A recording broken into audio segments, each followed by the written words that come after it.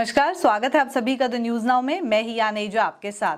Employees provident fund की अगर बात की जाए तो उसके बारे में अगर कोई भी आपका मिसकंसेप्शन है या कोई भी डाउट है तो डेफिनेटली इस इंटरव्यू सेशन में वो क्लियर होने वाला है, क्योंकि इस समय हमारे साथ ईपीएफओ कमिश्नर रिजवानुद्दीन ज्वाइन कर चुके हैं। इनसे जानने की कोशिश करेंगे क्या स्कीम्स, अगर आप जम्मू कश्मीर में रह रहे हैं तो आपके लिए क्या स्कीम्स अवेलेबल हैं, या आप ईपीएफ जो कॉन्ट्रीब्यूशन दे रहे हैं क्या आप अपनी बेसिक सैलरी से 12% से ज़्यादा कंट्रीब्यूट कर सकते हैं।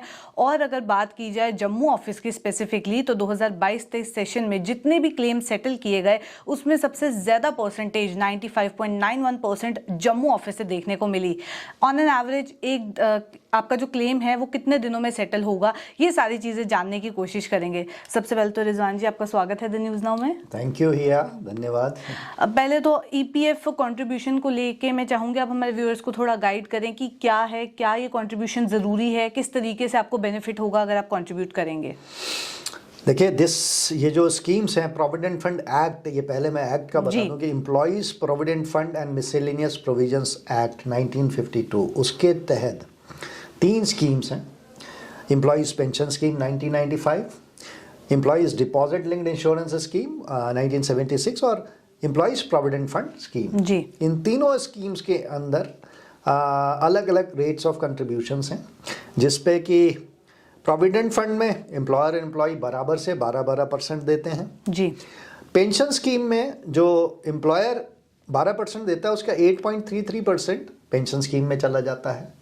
तो 12 में से 8.33 माइनस कर देंगे तो जो 3.67% बना वो भी पीएफ में चला जाता है। तो इस तरह से 15.67% जो है 15.37 हुआ जी, वो प्रोविडेंट फंड में चला जाएगा एम्प्लॉई के।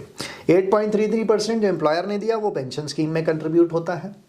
एक और स्कीम जो मैंने बताई थी डिपॉजिट लिंक्ड इंश्योरेंस स्कीम, उसमें 0.5% है रेट ऑफ कंट्रीब्यूशन जो एम्प्लॉयर देता है, खाली नियोक्ता ने देना है। तो जहां भी एम्प्लॉयर एम्प्लॉई रिलेशनशिप है और एस्टैब्लिशमेंट में पीएफ एक्ट लागू होता है वहां ये तीनों प्रकार से कंट्रीब्यूशंस आते हैं। ये एक स्टैट्यूटरी स्कीम्स हैं जी, एक स्टैट्यूट है पीएफ एक्ट, उसके तहत ये मैंडेटरी है। इसमें कोई वॉलंटरिज्म नहीं है कि अगर कोई ना चाहे और मैं चाहूँ कि मैं नहीं कटाऊँ पीएफ, ऐसा नहीं होगा। ये आपको स्टैट्यूटरली जमा ही करना है जहाँ भी पीएफ एक्ट लागू है। और आपकी जानकारी के लिए बता दूं कि नवंबर 2019 से पहले जम्मू और कश्मीर में पेंशन स्कीम नहीं थी। इसमें से एक इंश्योरेंस स्कीम थी जिसमें ऑलमोस्ट 75,000 तक का मैक्सिमम बेनिफिट मिलता था। अब जो है employees deposit linked insurance scheme आने से ये मैक्सिमम बेनिफिट 7 लाख हो गया है। जी, तो पीएफ एक्ट नवंबर 2019 से लागू है जम्मू कश्मीर और लद्दाख में। तो यहाँ के वर्कर्स को सोशल सिक्योरिटी की 2 स्कीम्स की खासकर ये सौगात मैं कहूँगा कि मिली है। एक तो पेंशन स्कीम जो रिसेंटली बहुत से इंसिडेंट्स हुए हैं, उसका मैं एग्जांपल से आपको कोट करूँगा। पेंशन का बेनिफिट परिवारों को मिलने लगा है और इंश्योरेंस का जो अधिकतम बेनिफिट है वो 7 लाख है, लेकिन अभी हमने 5 लाख, 5.5 लाख और अधिकतम 7 लाख भी कुछ पेमेंट्स किए हैं बनिहाल के क्षेत्र में और अलग अलग क्षेत्रों में जहां मृत्यु हुई है कर्मचारियों को, ये इंश्योरेंस का बेनिफिट दिया गया है। तो इस प्रकार से एक स्टैट्यूटरी है कंट्रीब्यूशन जो आपने कहा। जी, वहीं मैं जानना चाहूँगी कि सपोज किसी की कोई भी सैलरी परसेंटेज है और वो कंट्रीब्यूट करना चाहते हैं पीएफ में, पर उनके एम्प्लॉयर इस चीज़ को इग्नोर कर रहे हैं, कह रहे हैं आपको ज़रूरत नहीं है, तो उस केस में एम्प्लॉय के पास क्या राइट है? देखिए, एक तो एक वेज सीलिंग होती है, बेसिक और डीए मिला के जिन लोगों की सैलरी बेसिक और डीए, खाली टोटल सैलरी की बात नहीं कर रहा हूँ, 15,000 तक की सीमा में है, उनको तो मैंडेटरी प्रोविडेंट फंड जमा करना है। जी, लेकिन कोई कर्मचारी यदि कभी भी प्रोविडेंट फंड का एक बार मेंबर बन गया लाइफ में, तो फिर उसकी सैलरी से कोई रेलेवेंस नहीं है। फिर वो चाहे जितनी भी तनख्वाह पे आपके यहाँ लगा है उसका पीएफ काटना up to the wage ceiling 15,000 तक मैंडेटरी है। ये हर वर्कर को पता होना चाहिए। तो आपको अगर कभी भी यूनिवर्सल अकाउंट नंबर लाइफ में मिल गया और पीएफ आपका कट गया तो आपको ये जानना चाहिए कि आपका पीएफ लाजमी है, वो काटना एम्प्लॉयर को मैंडेटरी है। फिर क्या करते हैं कि एम्प्लॉयर एक कंसोलिडेटेड सैलरी दे के पीएफ से बचना चाहते हैं। मैं एम्प्लॉयर से, सभी नियोक्ताओं से अनुरोध करूँगा कि अपने उन कर्मचारियों का सामाजिक सुरक्षा का ध्यान यूँ दें कि जैसे एक घटना हुई अभी पंथियाल में, वहाँ पे 2 वर्कर्स तो लोकल थे, जो 10 लोगों की मृत्यु हो गई थी। जी कंपनी ने सभी लोगों को पीएफ की पात्रता दी हुई थी जी। और अप टू 15,000 पैसा भी काटा था। क्योंकि पेंशन फंड के मेंबर थे वो 2 वर्कर जो लोकल थे, उनको केवल 1 माह की नौकरी पे 5 अप्रैल को उन्होंने ज्वाइन किया और 20 मई को दुर्घटना हो गई थी। कंपनी ने 15 तारीख से पहले इन दोनों वर्कर का बाकी वर्कर्स के साथ पीएफ जमा कर दिया था और पेंशन भी। पेंशन कंट्रीब्यूशन आ जाने से और पीएफ का पैसा आ जाने से तीनों स्कीम्स की पात्रता, प्रोविडेंट फंड की, पेंशन की और इंश्योरेंस की, तीनों की पात्रता उन कर्मचारियों की बन गई थी। असामयिक मृत्यु के समय में दोनों परिवारों को 3 बच्चे हैं दोनों परिवारों में और विधवाओं को पेंशन दी गई है हमारे कार्यालय से और ये जीवन पर्यंत मिलती रहेगी पेंशन जो उनकी पत्नियां हैं स्वर्गीय कर्मचारियों की। तो वो एक बहुत इम्पॉर्टेंट सोशल सिक्योरिटी स्कीम है। यहाँ के मैं सभी नियोक्ताओं से ये निवेदन करूँगा कि वो इस बात को देखें कि उनके कर्मचारी एक बहुत महत्वपूर्ण अंग होते हैं और उनको रिटेन करने के लिए भी उनको कर्मचारी क्योंकि रिटेन हो सके, इसलिए प्रोविडेंट फंड पेंशन की पात्रता सभी को मेंबरशिप दें up to the statutory ceiling. जी जैसे आपने मेंशन किया कि 12% एम्प्लॉयर 12% एम्प्लॉयर कंट्रीब्यूट करता है। अगर कोई व्यक्ति ज़्यादा परसेंटेज कंट्रीब्यूट करना चाहता है तो उसकी क्या पॉसिबिलिटी है?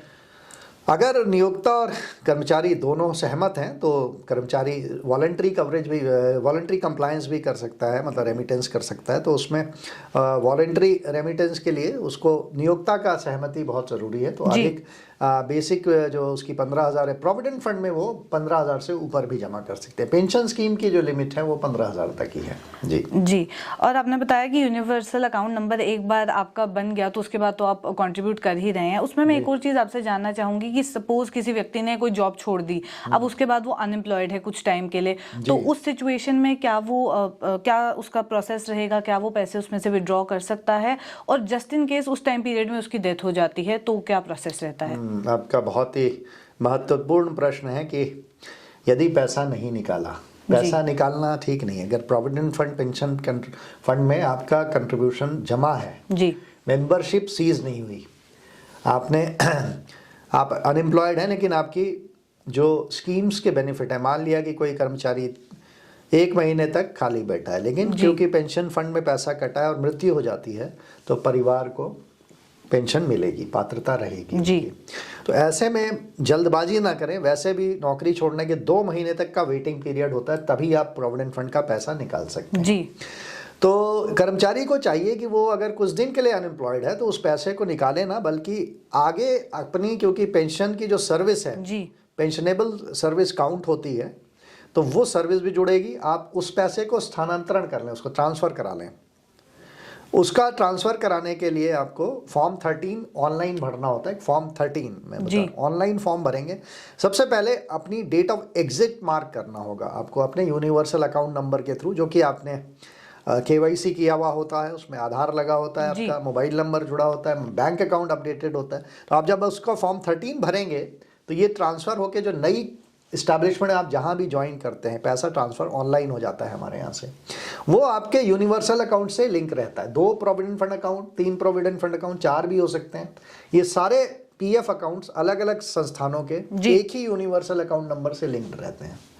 तो 1 UN होता है, बट PF नंबर अलग अलग हो सकते हैं। तो इस यूनिवर्सल अकाउंट नंबर के माध्यम से स्थानांतरण करते रहें ताकि आपकी सेवाएं जुड़ती रहें कंट्रीब्यूटरी। और जब आप 10 साल की सेवा आपकी कंट्रीब्यूटरी हो जाती है पेंशन स्कीम में, तो आप पेंशन के पात्र हो जाते हैं। फिर आपको 50 साल की उम्र पे भी जाकर पेंशन लेना चाहें, अर्ली पेंशन ले सकते हैं, या सुपर एनुएशन 58 ईयर्स पूरा करते ही आपको पेंशन मिलेगी, जैसे कि सरकारी कर्मचारियों को पेंशन मिलती है। लाइफ लॉन्ग आपको पेंशन का प्रोविजन है। और कर्मचारी की मृत्यु के बाद परिवार में विधवा को पेंशन है जी। ये तो पेंशन के बारे में भी आपने बताया और प्रोविडेंट फंड के बारे में भी बताया। एम्प्लॉयर्स डिपॉजिट लिंक इंश्योरेंस के बारे में भी थोड़ा गाइड करें हमारे व्यूअर्स को।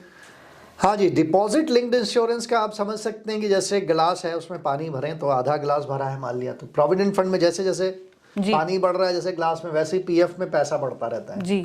तो जब आपका ग्लास अगर बढ़ता जाएगा, पानी भर जाता है उसमें, तो आपको बेनिफिट ज़्यादा मिलेगा, है ना।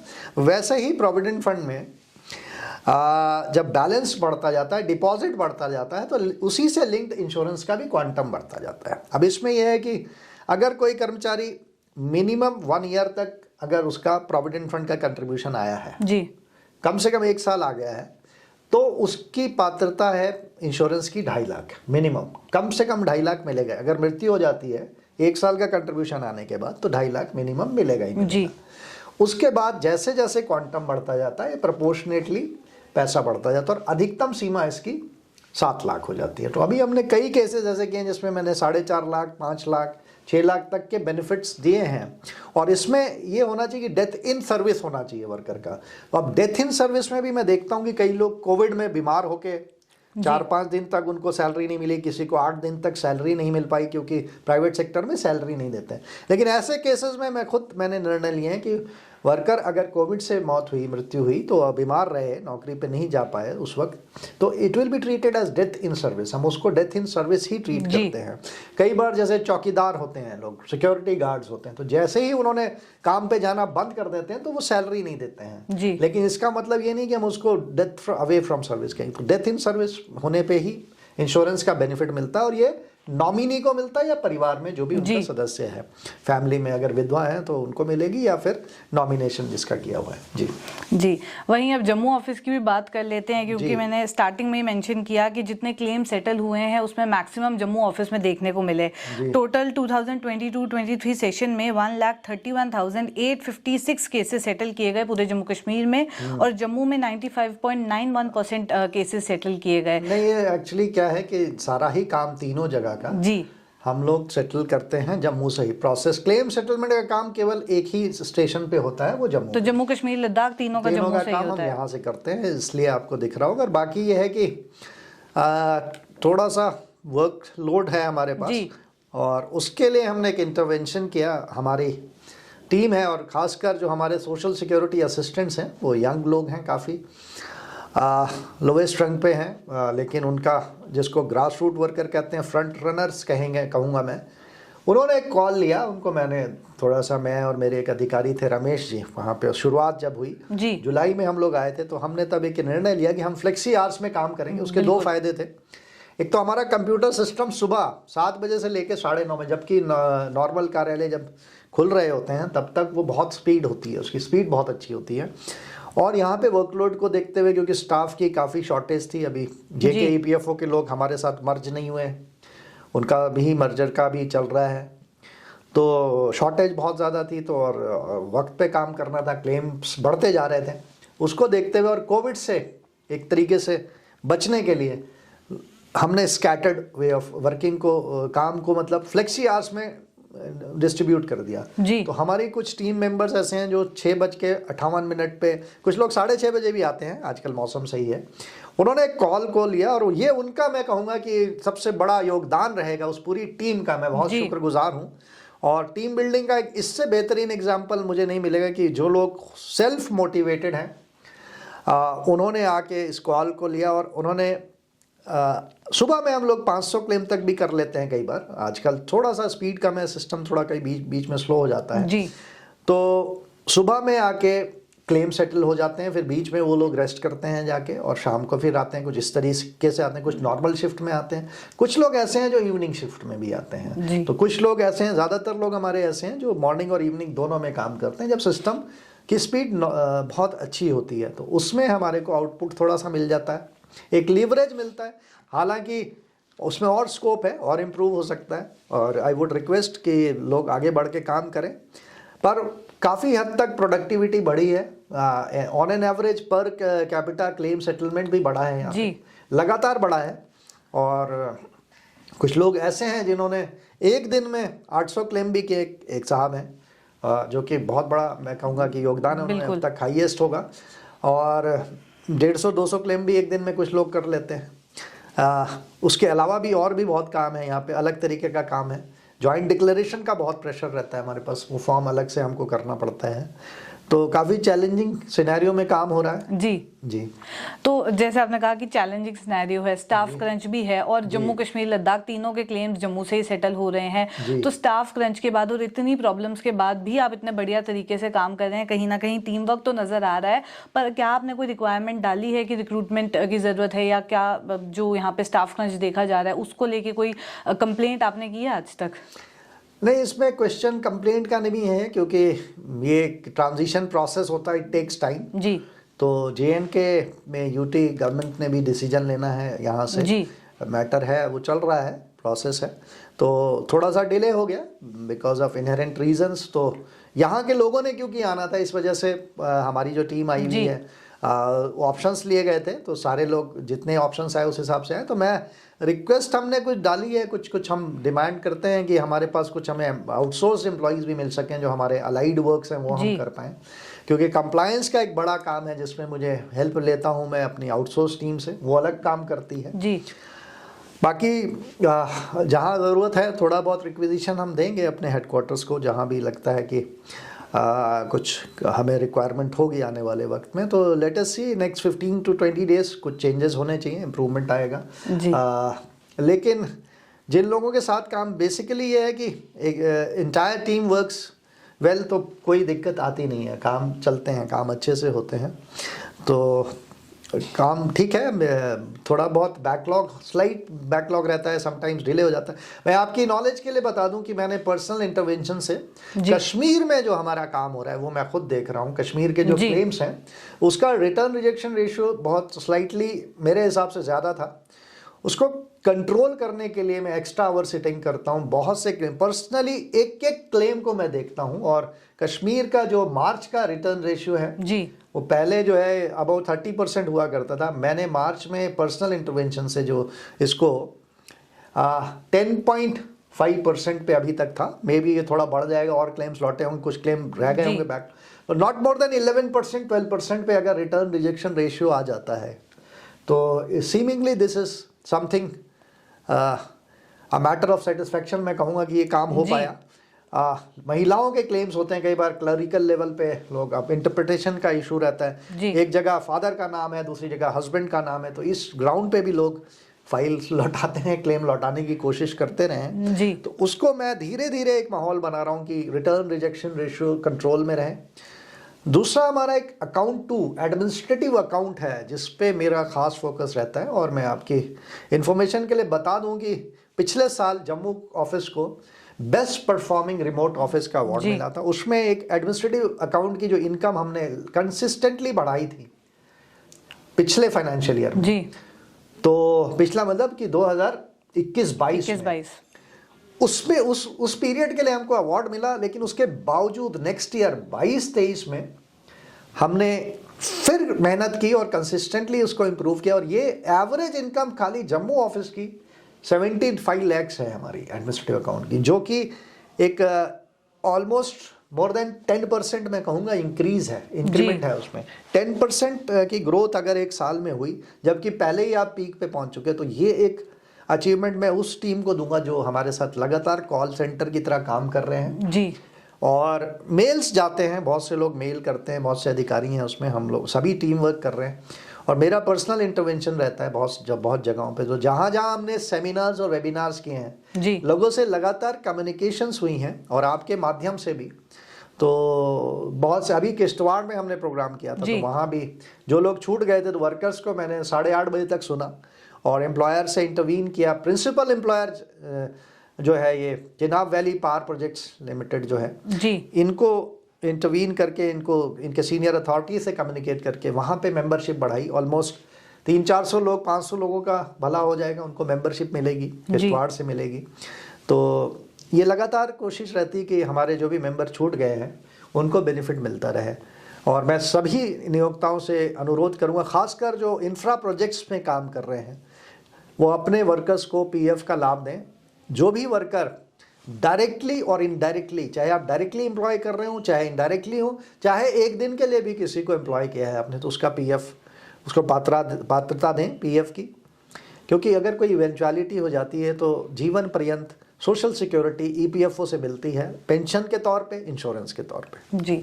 एक और चीज़ मैं जानना चाहूँगी कि एवरेज कितने दिन में आप एक क्लेम सेटल कर देते हैं एक व्यक्ति का? देखिए, क्योंकि यहाँ पे जम्मू एक स्पेसिफिक ऑफिस है, 3 जगह का काम एक जगह से हो रहा है, रिसोर्स कंस्ट्रेंट्स भी हैं। हालांकि हमारी जो फर्स्ट टीम है, जो मतलब जो फर्स्ट रंग पे, तो बहुत प्रोसेस वो लोग कर देते हैं, आते ही क्लेम को 2-3 दिन में कर देते हैं। तो ऑन एन एवरेज 7 से 8 दिन, 9 दिन, 10 दिन में मैक्सिमम क्लेम हो जाते हैं।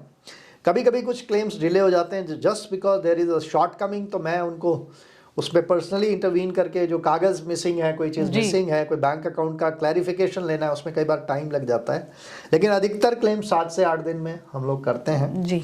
और धीरे धीरे ये इम्प्रूव होगा जैसे जैसे हमारी सेटअप बढ़ेगा, इम्प्रूवमेंट जब मर्जर हो जाएगा तो एडिक्वेट मैन पावर आने से वर्क डिस्ट्रीब्यूशन करेंगे तो ये इम्प्रूव हो जाएगा। लेकिन मेन मेरा ये है कि कोशिश यही रहती है यहाँ पे कि किसी का क्लेम लौटे ना, और ज़्यादा से ज़्यादा क्लेम जो हो सकते हैं। मैं 2-3 चीज़ों पे अनुरोध करूँगा कि कई खासकर यहाँ पे एक ट्रेंड देख रहा हूँ, बहुत से लोग इसको बैंक अकाउंट्स की तरह ट्रीट करते हैं और बार बार एडवांस लेते रहते हैं जी। ये काम ना करें, इसको थोड़ा सा रोकें।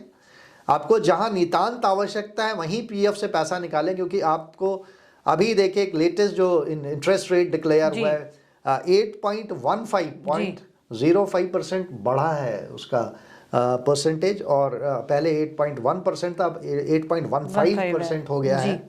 तो आपको लगातार मंथली रनिंग बैलेंस पे इस पे ब्याज मिलता रहता है, तो ये पैसा आपका बहुत तेज़ी से बढ़ता है, इसलिए इसको विड्रॉ ना करें। आपको दूसरी चीज़ों के लिए, आप जो छोटी मोटी चीज़ों के लिए बार बार पीएफ से पैसा निकालते हैं, इसको बंद करें। क्योंकि कई बार एम्प्लॉय शेयर में पैसा ही नहीं बचा होता, लोग लगातार फॉर्म भरते हैं, वो रिटर्न होने का कारण बनता है जी। तो पहले चेक करें कि आपके डिफरेंट जिस पर्पज़ के लिए पैसा निकाल रहे हैं आपके बैलेंस में, अकाउंट में बैलेंस है कि नहीं, उस तरीके से आप क्लेम करें। तो जैसे जैसे अकाउंट में पैसा ज़्यादा बड़ा होगा तो इंश्योरेंस का भी क्वांटम उसमें ज़्यादा मिलता है, और पेंशन की भी सर्विस अगर आप पैसा निकाल लेंगे, जैसे फॉर्म 19 भर के 10C भर देते हैं लोग, उसे भी अवॉइड करें, ट्रांसफ़र कराएं, क्योंकि आपकी पेंशन की जो पेंशनेबल सर्विस है वो काउंट नहीं होगी जी। अगर आप पैसा निकाल लेंगे तो फिर आपको बाद से फ्रेश एक मेंबरशिप के साथ चलना पड़ेगा, तो ये एक काम ना करें। जी। हेल्थ इज वेल्थ को तो सारे पर्सनल लेवल पे कंसीडर करते हैं, पर आपने एक बहुत बढ़िया काम किया कि सारे एम्प्लॉयज़ की हेल्थ का भी आप ख्याल रख रहे हैं, साइकिल्स सबको दी। तो इसके बारे में बताएं कि फंड अरेंजमेंट किस तरीके से हुआ और कहाँ से आइडिया आया कि सारे एम्प्लॉयज़ की हेल्थ का ख्याल रखा जाए। देखिए, मैं खुद साइकिलिस्ट हूँ, मैं कार्यालय साइकिल से ही जाता हूँ, और हमारा जब कार्यालय को बेस्ट परफॉर्मिंग रिमोट ऑफिस का जब अवार्ड मिला तो उसमें एक राशि भी दी गई हेडक्वार्टर के द्वारा हमारे केंद्रीय कार्यालय ने वेलफेयर में, तो स्टाफ वेलफेयर फंड की तरफ से हमको 5 लाख रुपीस मिले।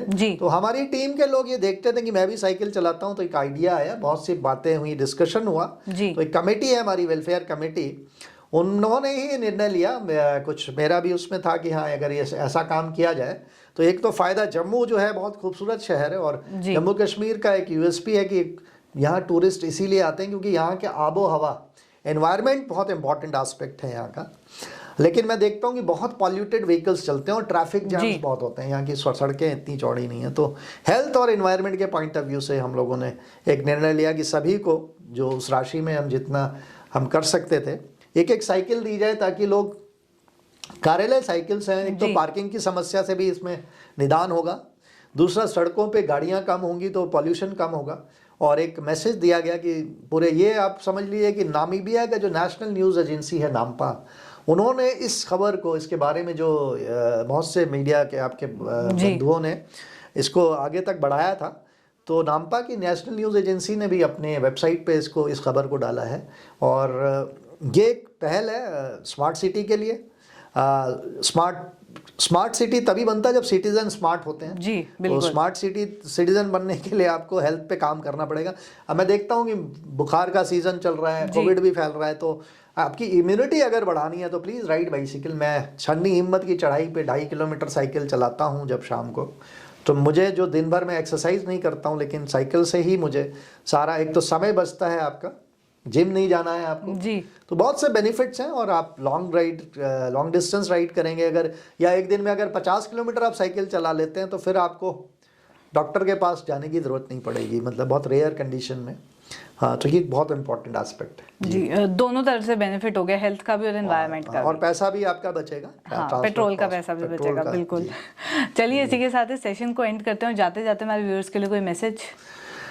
हाँ, मैं व्यूअर्स के लिए मैसेज यही दूंगा कि सोशल सिक्योरिटी एक बहुत महत्वपूर्ण पहलू है आपकी ज़िंदगी का। तो जहाँ भी आप कार्य कर रहे हैं, वहाँ के नियोक्ता और एम्प्लॉय दोनों का दायित्व है कि वो देखें कि अगर किसी एम्प्लॉय की पात्रता बनती है तो उसको पीएफ का मेंबर बनाएं और समय पे रेमिटेंस करते रहें प्रोविडेंट फंड की।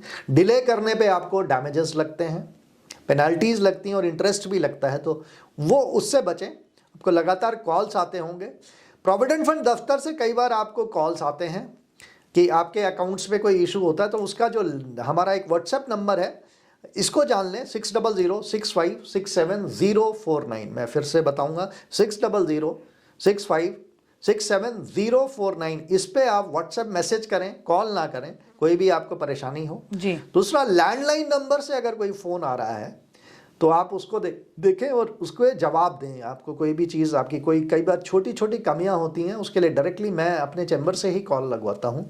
तो आपको कोई अगर डाउट है और कॉल पे डाउट है तो you can send a message immediately on 6006567049। इस पे आप कंफर्म कर सकते हैं कि क्या ये नंबर से कॉल आया, ये सही है, अगर आपको कहीं डाउट। अदरवाइज नॉर्मली जब भी कोई कॉल आए तो आपका कोई रेलेवेंट इंफॉर्मेशन अगर हम मांगते हैं तो बता सकते हैं। बाकी इस कार्यालय में कभी भी आप अप्रोच कर सकते हैं हमें पीआरओ में आके, और आप स्लिप बना के ऊपर आएँ कभी भी। मैं और वहाँ पूरी टीम आपका वेट करती है। We have a dedicated team to help and hand hold people. Provident fund दफ्तर से आपको आप वहाँ के बारे में आप खुद भी ब्रांड एम्बेसडर बने। जो भी जानकारी आपको हासिल है कृपया लोगों को बताएं। और एक और मैं बताऊंगा, 15G फॉर्म भरते हैं जो लोग, उसमें आप फाइनेंशियल ईयर और असेसमेंट ईयर का जो ध्यान रखें। तो जो प्रीवियस ईयर है वो अब हो जाएगा 2022-23, और जो असेसमेंट ईयर होगा वो 2023-24 होगा। तो इस तरीके से आप अगर फॉर्म भरेंगे 15G और सारे कॉलम्स भरेंगे तो क्लेम रिटर्न नहीं होंगे। धन्यवाद। बहुत बहुत शुक्रिया हमारे साथ ज्वाइन करने के लिए। तो ये थे ईपीएफओ कमिश्नर रिजवानुद्दीन हमारे साथ। ऐसी और कॉन्वर्सेशंस लेके फिर मुलाकात करूंगी। अभी के लिए दीजिए इजाजत। नमस्कार।